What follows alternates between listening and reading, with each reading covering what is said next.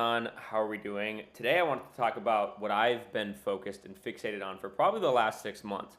You've probably noticed I haven't been as autistically fixated on health topics, and that's because I kind of covered all of my bases. But not only did I cover all of my bases, I realized that there were areas where I was majoring in the minors. And more importantly, I realized there were areas where this entire space was majoring in the minors. I mean, that's what this whole space is, right? It's these guys that are obsessively fixated on one component of health, and they think it's the end all be all, and they dedicate their life to that small little component. And that's great if your objective is to be an expert. But if your objective is to be the most well rounded individual possible that's just trying to pursue the best life possible for you and others, then you can't be that binary and modular into one section, right? If you fixate on light, if you fixate on diet, if you fixate on exercise of whatever variety and flavor, you're only going to get so far. You can only tweak that section so much. It's never going to give you the holistic oneness that you're supposed to feel as a human. And this is something I realized really early on. Before I started a lot of the stuff that I do now, and just when I was creating content in the beginning, I did it because I was an obsessive health researcher. Like, I just obsessed over the details, over the studies, and that's what I liked, that's what I was good at, and that's what I wanted to do.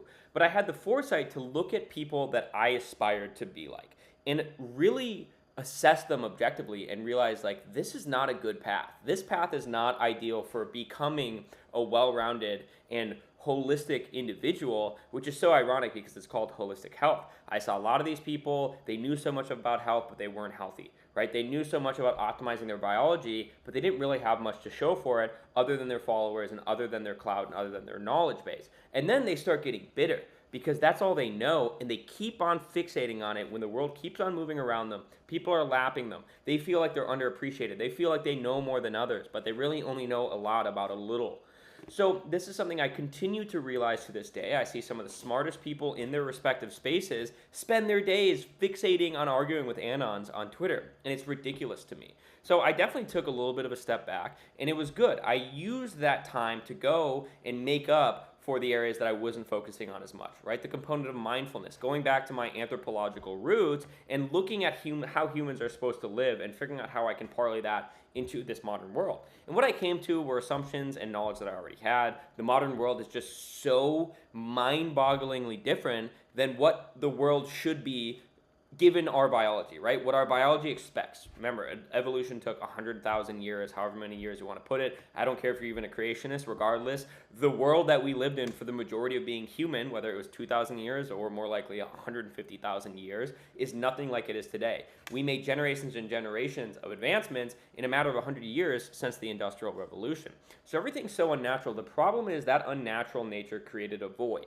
It created a void that enabled certain people with a proclivity for narcissism and a proclivity for ill-intentioned pursuits to take advantage of everybody else because our brains couldn't keep up, right? Especially after the attention economy. We figured out how to trick all of these underlying mechanisms that humans have to get them to continue to consume. The same thing that we did with junk food in the mid-1900s, where they started allocating a bunch of money towards food sciences to trick your natural satiety pathways to think that their garbage, cardboard, and petroleum byproducts actually taste good. The same thing is happening to our minds, but it is on a much worse scale.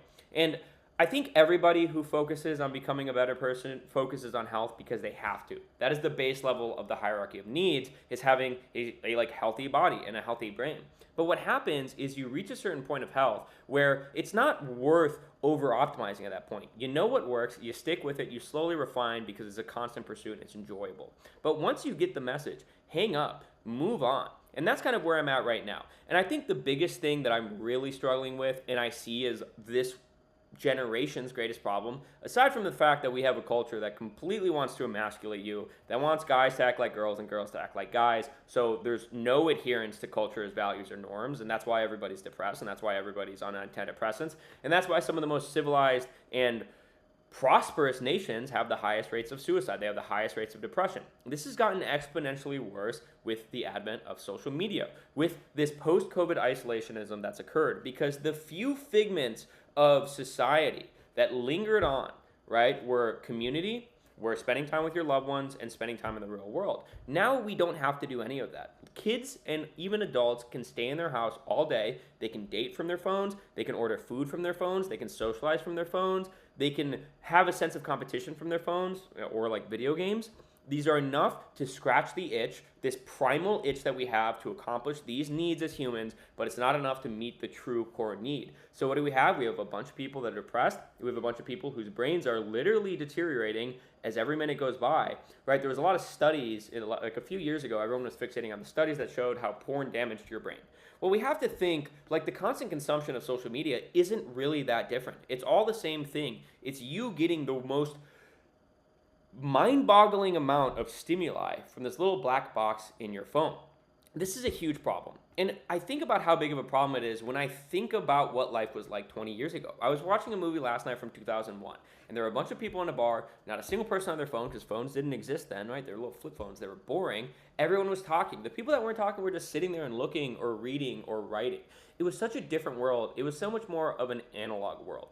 And I really think it's important for us to get back to that analog lifestyle, right? To make time for analog hours where we abstain from these constant time sucks. And not just time sucks, but mind sucks that we're exposed to on a daily basis. We aren't meant for a 24-hour news cycle. We aren't meant to go on Twitter every day and see if the world's ending. That puts us in this constant state of fear, right? Of fear and stress and anxiety. That's not how we're supposed to live.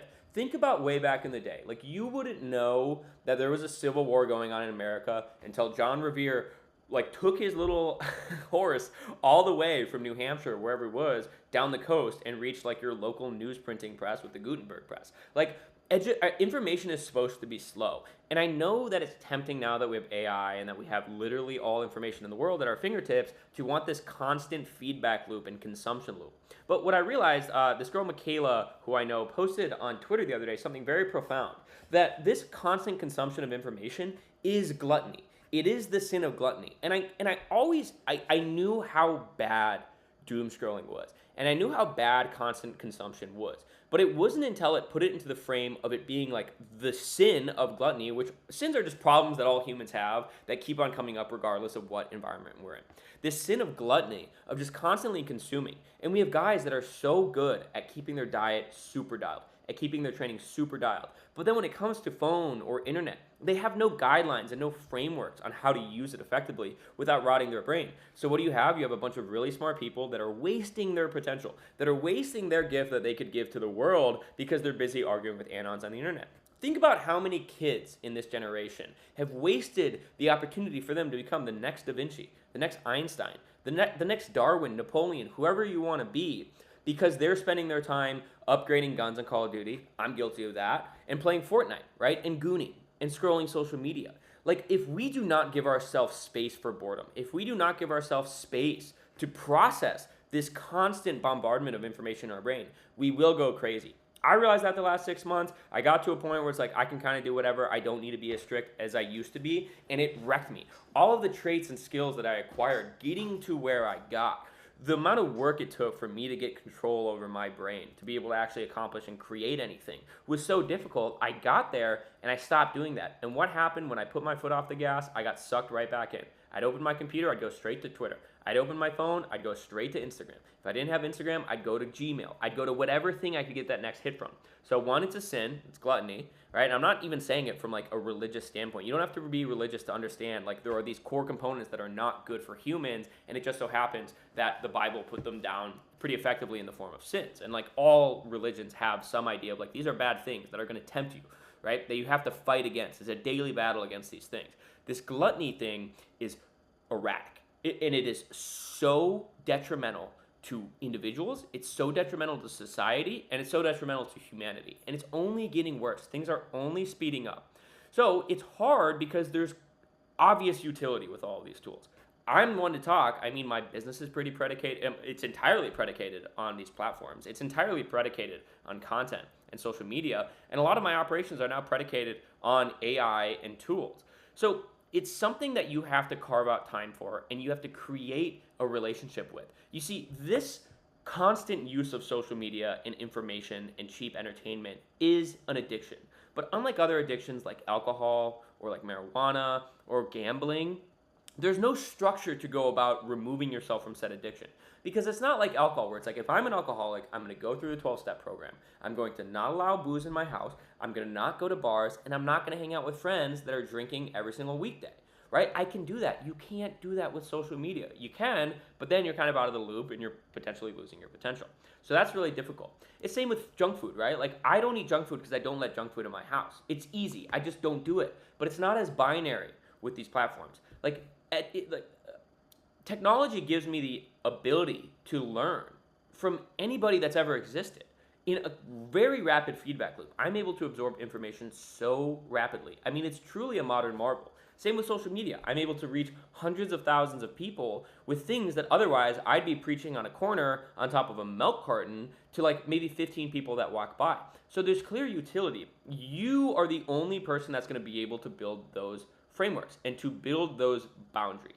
And the best way to do it, the best way to put yourself back in control is to identify that, hey, listen, I don't do this. I'm not a constant consumer. I'm an intentional consumer. Before I go and I consume anything, I'm going to identify what is it that I'm consuming and what is my objective that I'm trying to get out of it. That's step number one. Step number two is focus on if you want to be a creator, say that you create on these platforms, you don't consume. That's what I try to do with Twitter. I still get sucked into the news. I still wonder if there's going to be a nuclear bomb that's going to drop off tomorrow or if I'm going to have to go fight for Israel or some bullshit like that. But I try to abstain as much as possible, and I use tools to help me with that, right? I use cold turkey, which blocks social media. I delete social media from my phone. I have one dumb phone, which has nothing on it. Then I have my other phone that has social media on it. I do all of these tools, but a lot of it starts with the analog hours component. Every day, I allocate at least 30 minutes, ideally 30 minutes to an hour of no technology, analog stuff, books, pen and paper, and silent walks, like those three. And I make it where I have no other choice. Just like I don't bring junk food into my house. During analog hours, I don't bring any technology with me because I know if I have it in front of me, I'll use it. What this does is it puts me back in the driver's seat. It reminds me how good it feels to just sit and read a book or even just sit in a park and do nothing, to let my ideas flow. And it makes me feel human. We live in a world of bots. We live in a world where a lot of people are basically cyborgs. Having this phone on your hip 24/7 makes you basically a cyborg. We are becoming transhumanists.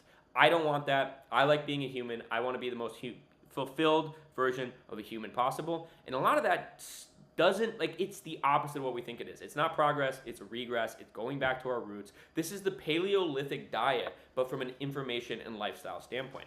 So I do believe that's really important. I think that's something that's very overlooked. It's something that I focus on more than my diet, more than my nutrition, and more than my training, because I've got those dialed. I've got enough.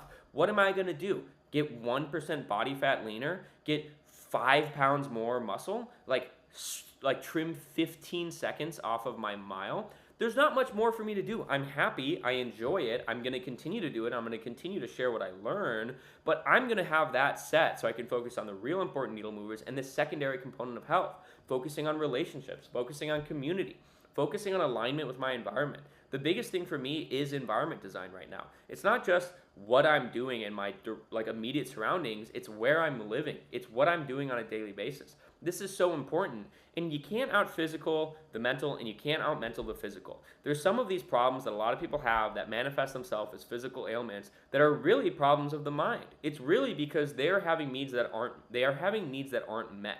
And their brain is sending them alerts. There's alarms going off saying, this guy's not listening to us, right? Let's go put some pain in his shoulder. Let's go make his gut hurt. Not only that, being in that constant state of stress, which is what it is a chronic stressor, right? I say that I fixed my health when I stopped doing all of the biohacks, when I moved to a beach with a really good community, with an awesome lifestyle, with an abstinence from all of the annoying stuff that I was doing in the city, right? The whole thing. I mean, the work, the lifestyle, the bullshitness of cities. I mean, you're not meant to be surrounded by 100,000 people and not know anybody. That's so isolating. You're surrounded by people, but you're lonely as ever. So that's something that just really clicked with me, and it's been a hard journey because everything in this world is just meant to keep you in this learned helplessness state, because then you're more susceptible to other programming. It's to detach you from your roots and to detach you from what it means to be human so you can be molded into whatever they want you to be. If you want, they is just anybody who's in power, it's this globalist movement, whatever you want to call it, it doesn't matter. The thing is, the only person that's going to save you is you. The only person that's going to bring you back to how you're meant to think, how you're meant to feel, and how you're meant to live is you. No one's going to do it for you. Those days are gone. So what I'm trying to say here is just take the reins, implement these analog hours, get back to being human. we live in a world of bots. Get back into being human. That's going to give you the frame and positioning to go and leverage these tools for good and not let them use you. All right, guys, have a good one.